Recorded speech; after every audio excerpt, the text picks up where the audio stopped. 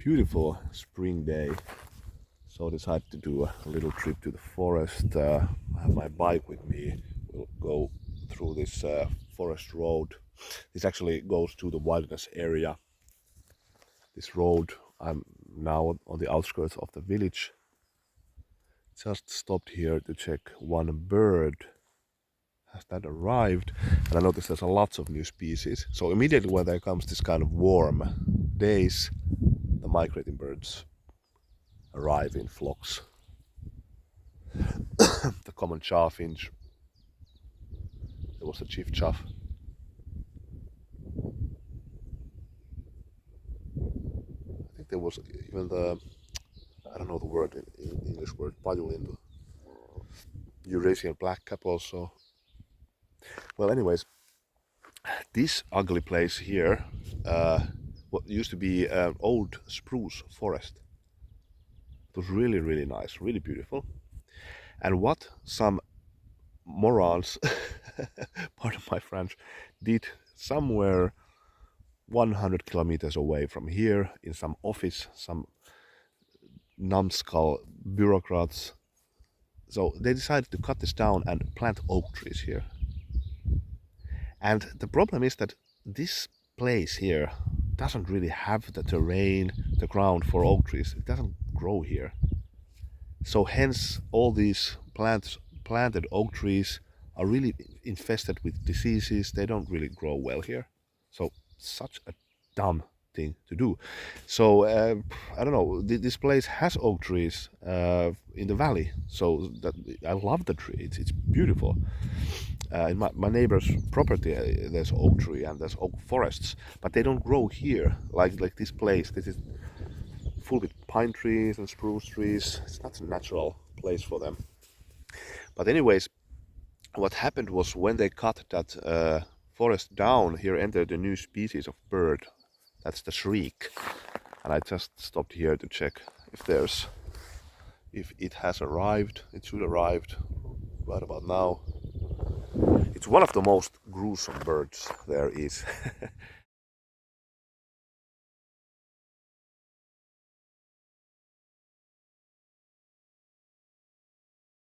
And I think there's lots of depiction of that in the fairy tales also. So what it does is that it impales its catch. So insects, grasshoppers, small lizards, snakes, even rodents, and it impales them to a stick. And there's also logic that a grasshopper, for example, is toxic, but the toxic material goes away when it dries, so it lets it dry and then eats it after a couple of days. The German word for that is Neuntöter, and the Neun means 9 in Germany, and Töter is killer. And in the fairy tales there was a belief that this bird first have to impale 9 different catch and then it can eat them or something like this. Of course not true, but interesting fairy tale. Yeah, I have my Bear Forest simple Puukko with me the whole day. I've been using this a lot lately. Absolutely fantastic knife, really loving it. But I will go more into details and do food prep, feathers, the regular stuff in my garden.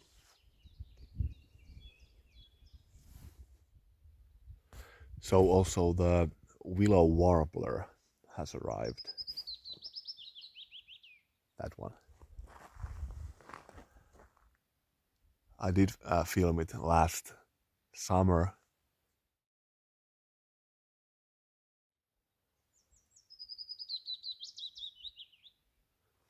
Really a sound of Finnish summer.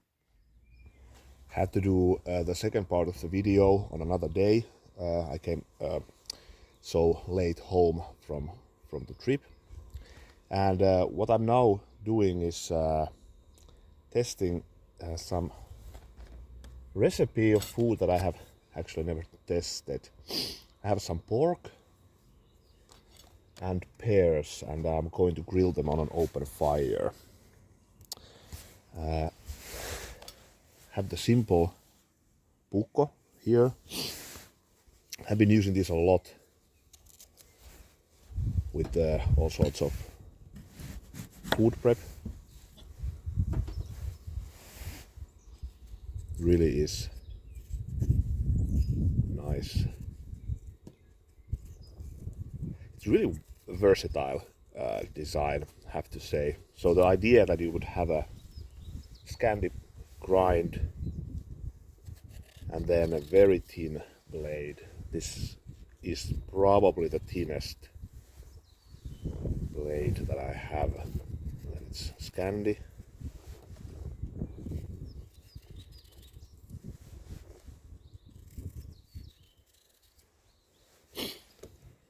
Pleasure to use. And I'm going to just chop some chunks of this. Never tested it, but I would think like pear and pork would go nicely together. Just like this.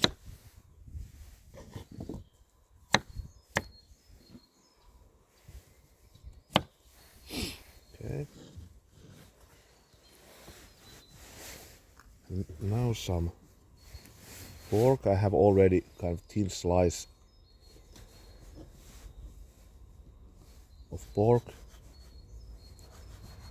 Here my idea is that I will put it like this on the skewer.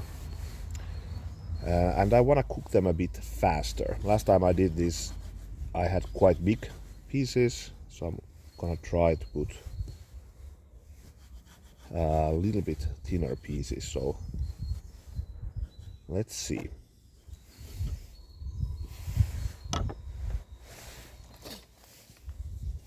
Pear and then the pork like this. Should cook quite nicely.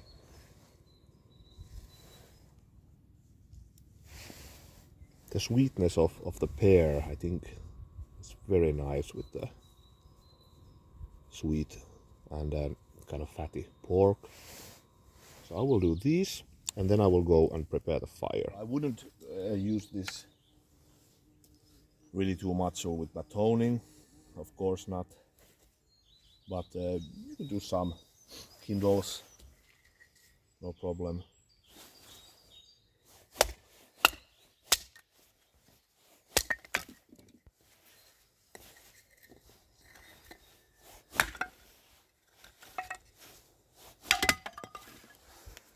Flying around. Okay, let's check the feathers. This is a wood eater.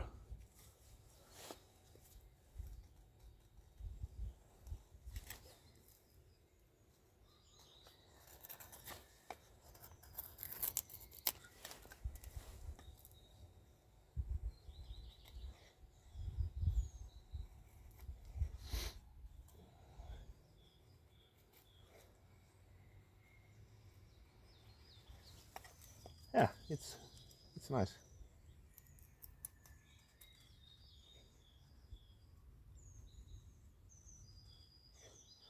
It doesn't maybe do those insane curls. Well, no. It's not my absolute top feather stick knife, but really comfortable to handle. So there's no fatigue, no hot spots. Absolutely not. Different grips.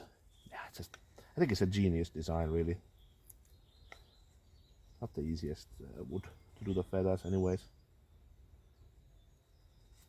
Also, we'll strike the ferro rod, so no problem with that one. Yeah. So what I'm now doing is I just wait for the fire to go even, and a bit lower, and then we'll put the food there. I really like this Petromax bushcraft stove, especially with this type of cooking, so I love these skewers. The wood that I'm using here is the goat willow, and it has kind of a distinct aroma from the smoke, so it does give a bit special character to the food. So I'm just waiting with the fire, and then I have the skewers ready. So they do their own micarta, which is really nice. Like the looks of it. Don't have really a knife with this color at all, so really original. Yeah. Ui, scheiße. Oh, just dropped it. Dropped it on a rock. Yeah, these are really slick actually, these gloves. Not the best gloves really, I don't normally use these. Yeah, but no damage. Yeah, anyways, I love the design. I just love the simplicity of this, I really do. So,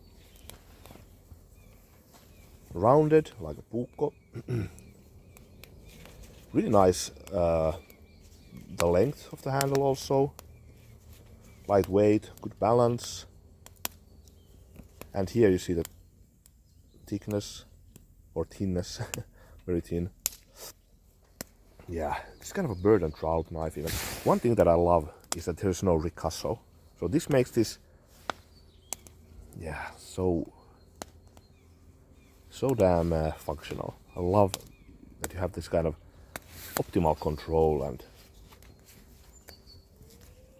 yeah, that's what's not to like. And then actually we'll show also the sheath. When I got the knife, I thought, like, how are you going to have a nice Kydex sheath for a handle like this? Like, there's no contourings. But look, perfect fit. This is not going to drop in a million years. There's almost even a kind of a snap. So, and then I was kind of examining this, and this portion is that bit thicker here than here. So it just creates enough friction. And funny enough, this actually is then again like a Puukko effect, because Finnish Puukkos often, especially the custom mades, they have the snap. So really nice. You put this on the belt, seems to be good quality, and this won't drop in a million years. It's actually quite hard to get it out from the belt, but it's nice. You don't need to take the belt away. Yeah, it's a beauty. It really is. So I can highly recommend. So a small firm, custom made, they make everything there. This is going to be one of those high use knives for me, for sure. In autumn, maybe even a mushroom knife. So let's check a bit with the food. What I want is kind of a steady, nice fire here, using the small cardboard. You hear the crackling, that's the goat willow. There's also some birch. This is going to be really delicious.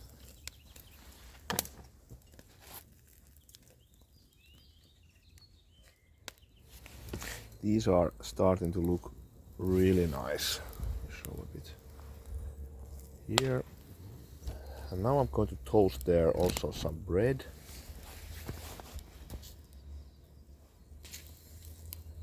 Yeah, looks really nice. Here. And now the food is ready. I have here 2 slices of garlic bread, or Italian bread with garlic butter. Then the skewers. This is for, I guess, guess for 2 persons, but this is completely improvised. I never ever tasted this type of food. The idea was that, I'll take the other skewer also away. Burn. The idea was to put some blue cheese then on top. Just some crumbles.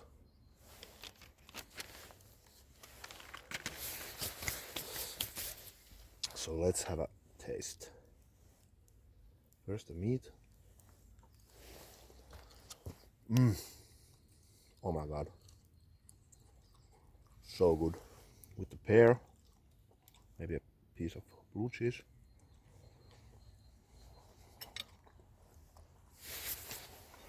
Yeah. Really nice. Oh my god, the blue cheese.